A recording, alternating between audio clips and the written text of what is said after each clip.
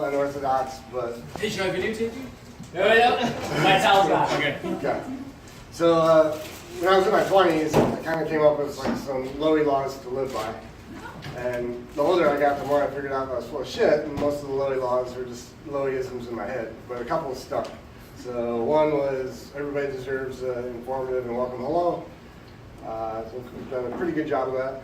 I mean, people have come in and they feel part of the team, for better or worse. Everybody deserves a grateful goodbye. Me, Oliver, Walter came up with 105 people have left the contract and not come back since I started in December 2009. So it's a lot of people, probably about 40%. I think we've given the grateful goodbye they deserved. Even Pele, and as soon as Mr. Miguel... Why are you calling out Pele? As soon as Mr. Miguel gave Pele his gift, because up until that point, like we were fighting about it, he was like, no, we're not doing anything for him. I was like, that's the right thing to do, and he finally conceded. But as soon as he gave him his gift and Pele turned around, Mr. Miguel just darted at me and was like, and ready to go. So, and then third is take care of the people that take care of you. When Bruce Springsteen wrote, "We take care of our own" in 2010, which is the left-wing wealth distribution anthem. for all our right-wing friends. He probably didn't think that some 30-year-old schmuck was going to be like, hey, we should start a morale fund and have granola bars and ice cream. But that's what I did with it. And that was more just to create the family feel of the office, and people felt like they belonged. And without Joel's generosity and Jeff's corporate wheeling and dealings, the morale committee wouldn't be able to do as many things as we did. So this is kind of in that same spirit of my final thank you to everybody who's taken care of me for the last 9.5 years. We have blasts from the past, a few. Next, if you live a good life and you try to do the right thing and treat people right, most of what you say, well, even if how naive or whatever, will be forgiven. Not always forgotten. So, a couple examples of that. So, around the Gupton ECS transition time, Joel was mysterious on who his number 2 was going to be. It was he was going to be number 2, and 10 people thought they deserved their shot. So he was keeping that close to the cuff. And for those who remember Martin Luther King Day 2014, that weekend, we had like 200 handhelds to deploy for NACMs. So people were in here throughout the weekend doing on shifts. So we were all here on championship game Sunday, AFC championship games on the background, and Mr. Wu came in. And he was just asking all the questions, and it was like, hey, we got this, So something came out of my mouth. So whose authority are you, asking this question? And then, we kind of got by. NDW picked up all their handhelds Tuesday. Everything was good. And then, I kept bugging Joel, as I do. And, who's the number 2? He's like, oh, Jeff Wu. And, my face went cold. I looked like I saw a ghost because I was like, fuck, I'm in trouble. So, yeah, that's been forgiven. But I didn't actually do anything. But he hasn't let me forget it in 2 years. Next time, my head was a little bit bigger than it should have been. Everybody's submitting their weekly report slides. We haven't got a report from one person that's pretty busy, so I was like, came out with an email. It may be in your best interest just to submit the report to show what you do. And then within an hour of that, I was standing at attention for Sir Walter getting yelled at for about 10 minutes. So, yeah. So be careful what you say, because you never know where it's going to go and how people are going to look at it. But always mean well. Okay, third strange pivot. October 2012, there was a new hot dog place opening up around the corner. And walked by, they had their menu posted. Bug line as usually I do, and it was like, hey, this hot dog place is going to have wiener sauce, that's pretty funny. And he's like, yeah. So, then we got closer. Hey, they're, I think they're open like in a week or 2 weeks, and wiener sauce. And then when they did open, we were the first ones there. It was like 11 o'clock. They just opened the doors for the first time ever, and we're sitting there like, hey, wiener sauce. But over the course of those 5 years, the owners have become parts of my A-team and important people in my life. And that's just by being talkative, giving everybody a big hello, and being open to learning about people. Everyone has exciting stories and interesting adventures that they want to share and talk about themselves. And sometimes you talk to people and you walk out like, okay, but you gotta be open. So just preach, be friendly, and you never know what rewards that could get.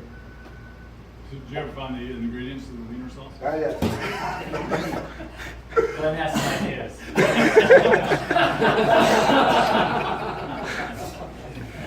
And then, yeah, I mean, this is, for those who know me, I'm not a big fan of people with the last name Lowy.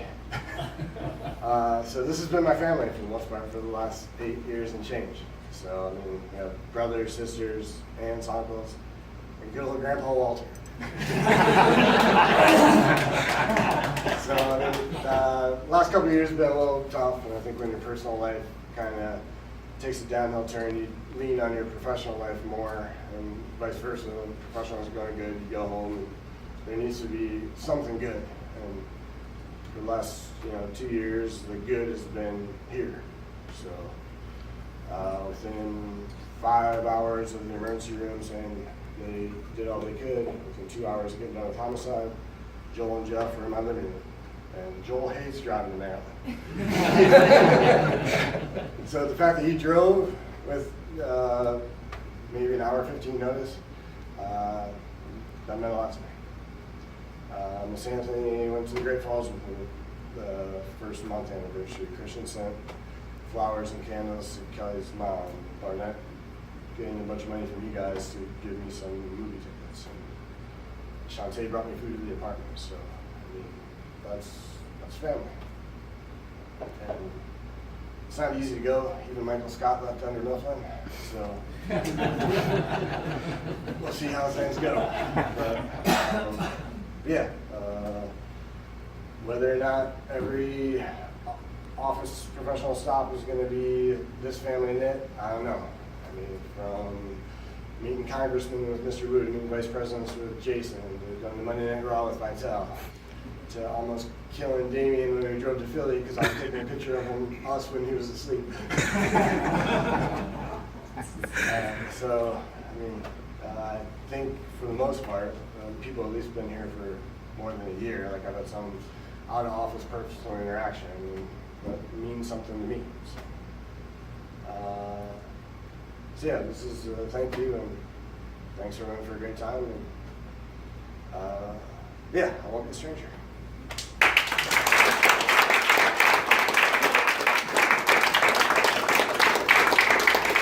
First of all, this is not a goodbye. If it was a goodbye, you would get a grander farewell than this. So this is we'll see you we'll see you next week when we do the next thing.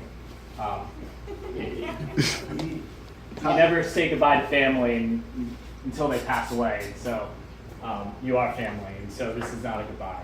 You're just gonna be down the road. You're still part of the family. You always will be. So again, when this is the true goodbye, it'll be much grander than this. So don't think of it that way, please. Not to get more morbid, but I actually pictured a celebration of life for me at the hot dog place because I thought I died. Not here, literally, but I have slept here enough times and scared the vacuum cleaner guys. I personally can't thank Matt enough for what he has done for me here. Everything from our name tags at our CCB to the random, hey, Major League Baseball winter meetings are going on at the National Harbor. Let's go see who we can go find over there. And all the little things that he's done for all of us. I know everyone here could probably rattle off a handful off the top of their heads of what Matt has done for us, not only professionally but personally as well. So thank you. You will be missed here on a daily basis more than you'll ever think. That being said, I did ask you all to try and think of your favorite Matt Lowy story, and I want to give everybody a quick opportunity to do so. I know this food is getting hot, but we've got so many great Matt Lowy stories here that I'm sure we can fill up a whole lot of time. But just a couple that just one that I'll bring up now is Matt convinced me to go to one of his celebrity signings up in New Jersey. And so we had to go that morning, and he picked me up. I don't know, what time did he pick me up? 5:45 in the morning. And I probably had a night that night, so I'm like, I'm getting in this car right now, but don't talk to me until 8 o'clock. And sure enough, you put me in a car, I fall asleep pretty easily. And then, I drift off, and then, I just kept hearing the same thing over and over in the background. And Matt's just blaring. What song was it again? Easy Street. Easy Street. Just on repeat. Once 8 o'clock hit, he just played it over and over and over. Looking dead. Yeah. Until I woke up, and then we had a great time over there. But if you haven't done I think probably half of you guys have done a road trip with Matt Lowy here in some fashion.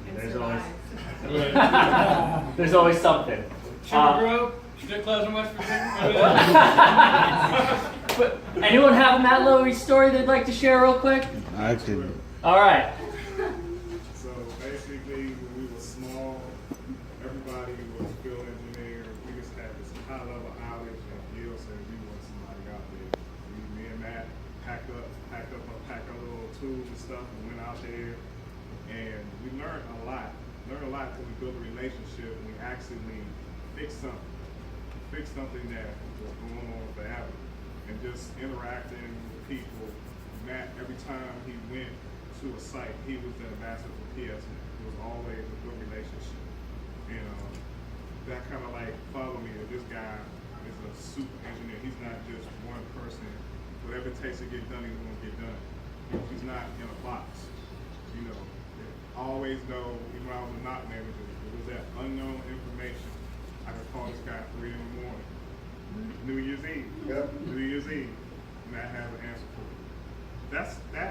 That's priceless. When you have that person you can reach out to who's gonna give you direction and tell you who to make that call on New Year's Eve and get something fixed, that's priceless. You're Yeah, gonna be there's no missed. doubt. But you deserve that happiness, and I wish the best for you. Thank you. Absolutely. Another quick one.